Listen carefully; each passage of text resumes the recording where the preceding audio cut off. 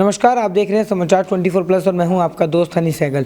बात करें अगर कोविड वैक्सीन की, पूरे भारत देश को इंतजार था कि आखिर ये वैक्सीन आएगी कब। बहुत सी प्रॉब्लम्स बहुत से लोगों को फेस करनी पड़ती है, लेकिन इस वैक्सीन का इंतजार जितनी बेसब्री से लोगों को था उतना किसी भी वैक्सीन का नहीं था, क्योंकि प्रॉब्लम ही ऐसी थी। कोविड पैंडेमिक ईयर 2020 सबके लिए बहुत बुरा रहा। बहुत लोगों ने अपनों को खोया, बहुत से लोग कोरोना केसेस हमारे देश में पाए गए। लेकिन आज ये वैक्सीन जब आ गई है तो लोगों के मन में डर लग रहा है कि ये वैक्सीन लगवाएं कि ना लगवाएं। लेकिन आज हम मौजूद हैं फरीदाबाद के सर्वोदय हॉस्पिटल में, और जहां पर हॉस्पिटैलिटी की जो परिभाषा मैं आपको बताऊंगा, हॉस्पिटैलिटी मतलब होम सर्विसेज, जो बहुत ज़्यादा मशहूर है, जानी मानी है। और ये ऐसा नहीं है कि पहली बार हम इसका नाम सुन रहे हो।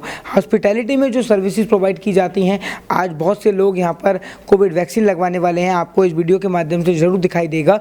कोविड वैक्सीन लगवाने के 1 से 1.5 घंटा बाद जब वो बात करेंगे हमारे चैनल के माध्यम से, तो पता लगेगा कि कोविड वैक्सीन के साइड इफ़ेक्ट्स हैं कि नहीं है, और कोविड वैक्सीन लगवाने के बाद क्या प्रक्रिया रहती है, कितने दिन बाद ये कोविड वैक्सीन दोबारा लगती है, कितनी डोजेज होती हैं, एक डोज में इसका आराम मिलता है या दूसरी डोज में मिलता है, क्या क्या इसकी डिजीज़ होती हैं, क्या क्या नॉर्म्स एंड कंडीशंस होती हैं, सब आपको इस वीडियो के माध्यम से ज़रूर पता लगेगा।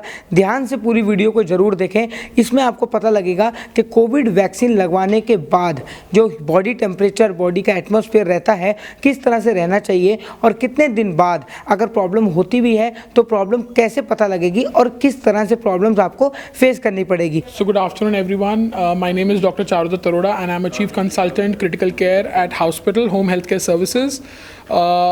And we are very happy that today we have got ourselves COVID-19 vaccination. So and congratulations. I'm feeling absolutely normal. मेरे को वैक्सीन लगे हुए 1 घंटे से ज़्यादा हो चुका है, एंड जैसा एक्सपेक्टेड था, it's a very safe vaccine. 26,000 लोगों पे 3 फेजेस में क्लिनिकल ट्रायल होने के बाद ही गवर्नमेंट ऑफ इंडिया ने ये वैक्सीन इंडिया में लॉन्च करी है, and we should be proud of it कि इतने टफ फेज के बाद we are privileged to have a vaccine which is made in India by the Indians for the Indians.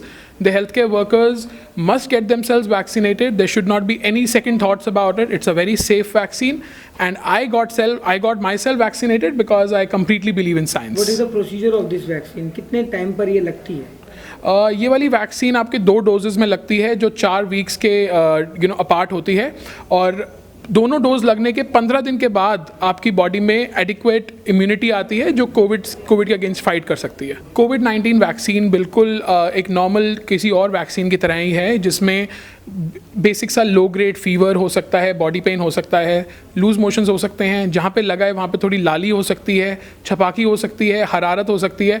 आपको आराम की कोई ज़रूरत नहीं है. अगर बुखार हो तो आप अपने डॉक्टर से ज़रूर कंसल्ट करें, और अगर आपको कोई तकलीफ लगे then the hospital and the health care administration is always there for you. उन लोगों के लिए क्या मैसेज रहेगा जो वैक्सीन की वेट कर रहे थे लेकिन आज डर रहे हैं लगवाने में?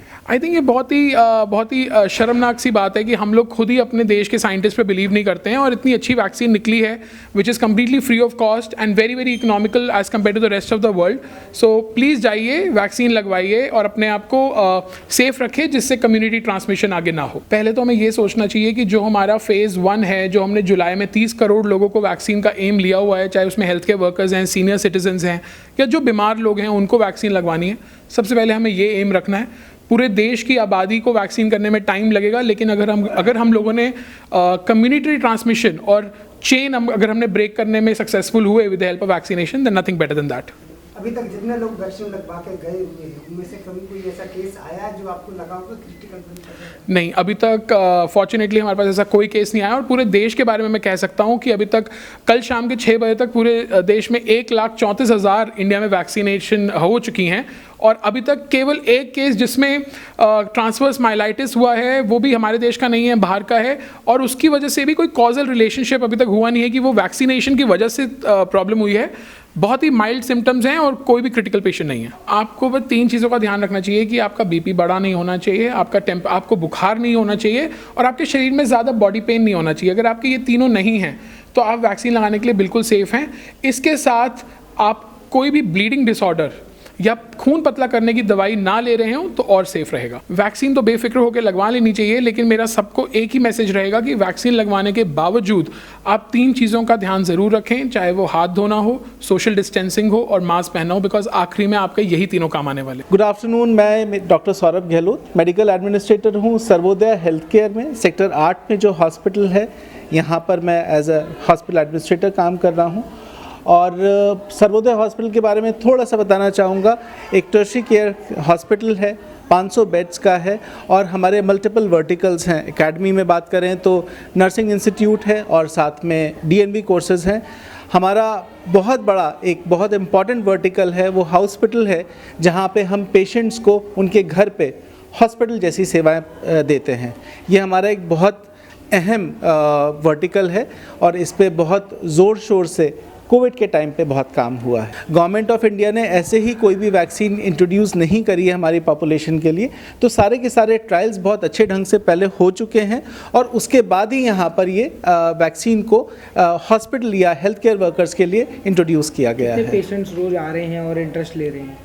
देखिए, पेशेंट्स के लिए तो अभी ये है ट्रायल है, वैक्सीन है ही नहीं। अभी तो जो वैक्सीन है वो हेल्थ केयर प्रोफेशनल्स के लिए है। हेल्थ केयर प्रोफेशनल्स की पर डे की हमारे पास 100 लोगों की सूची आती है गवर्नमेंट ऑफ इंडिया की तरफ से, जो यहाँ पर BK हॉस्पिटल है हमारे CMO साहब की तरफ से, और उस सूची के हिसाब से हम सब लोग को वैक्सीनेशन दे रहे हैं। कुछ लोग उनमें से ऐसे हैं जो उस दिन अवेलेबल नहीं हैं, तो हमें ये खुली छूट दी गई है कि हम उतना नंबर्स या इवन नंबर एक्सीड भी कर सकें, हम वैक्सीन दे पा रहे हैं। सर, वैक्सीन लेने के बाद प्रिकॉशन की कोई ऐसी ज़रूरत नहीं है। वैक्सीन के टाइम पे सिर्फ हम ये बता रहे हैं लोगों को कि आपको माइल्ड बुखार, बदन दर्द, सर दर्द या किसी भी तरीके का लूज मोशंस वगैरह हो सकते हैं, इसको अन्यथा नहीं लें। ये एक नॉर्मल सिम्टम है जो किसी भी वैक्सीन के बाद हो सकता है और ये पूरी तरीके से सेफ है। गुड आफ्टरनून, मेरा नाम सोनल जावा है और मैं हॉस्पिटल होम हेल्थ केयर की हेड ऑफ़ द डिपार्टमेंट हूँ।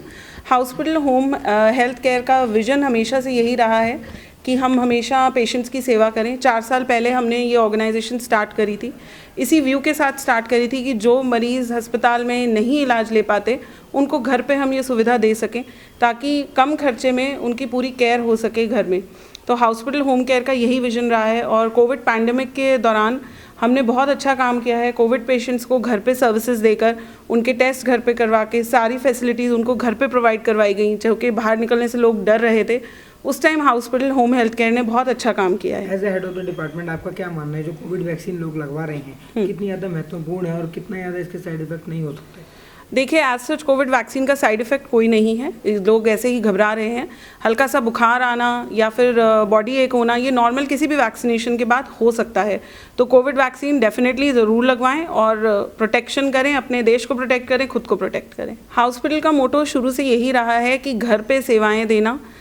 हम इसको एज अ बिज़नेस नहीं लेते, हम एक सर्विस इंडस्ट्री में हैं और इसको सर्विस की तरह ही लेते हैं कि जो भी लोग नहीं अफोर्ड कर पाते हॉस्पिटल को, उनको हॉस्पिटल की सर्विसेज दी जाती हैं ताकि किसी भी मेडिकल ट्रीटमेंट से वो ना रहें और अच्छे से उनकी केयर हो सके घर पे। काफ़ी अस्पतालों से हम जुड़े हुए हैं फरीदाबाद में, NCR में, जिनका हमारे साथ कॉन्टैक्ट है फॉर होम केयर सर्विसेज। तो जो भी नहीं सुविधाएं ले पाते हैं हॉस्पिटल में, वो हॉस्पिटल में आ जाते हैं। क्या आप बता सकती हैं कि हॉस्पिटल में जाने की बजाय हॉस्पिटल में जो सर्विस मिलती है वो सस्ती क्यों, कैसे है? देखिए, हॉस्पिटल के और भी खर्चे अटैच्ड होते हैं। एक बड़ी बिल्डिंग के अंदर हॉस्पिटल है, उनके और खर्चे हैं, हाउसकीपिंग डिपार्टमेंट है, नर्सिंग डिपार्टमेंट है, तो डेफिनेटली खर्चे ज़्यादा होते हैं। होम केयर में पूरी टिपिकल सर्विस ही दी जाती है घर पे और सिर्फ वही खर्चे होते हैं जो चीज़ प्रोवाइड करी जाती है, कोई हिडन चार्जेस नहीं होते।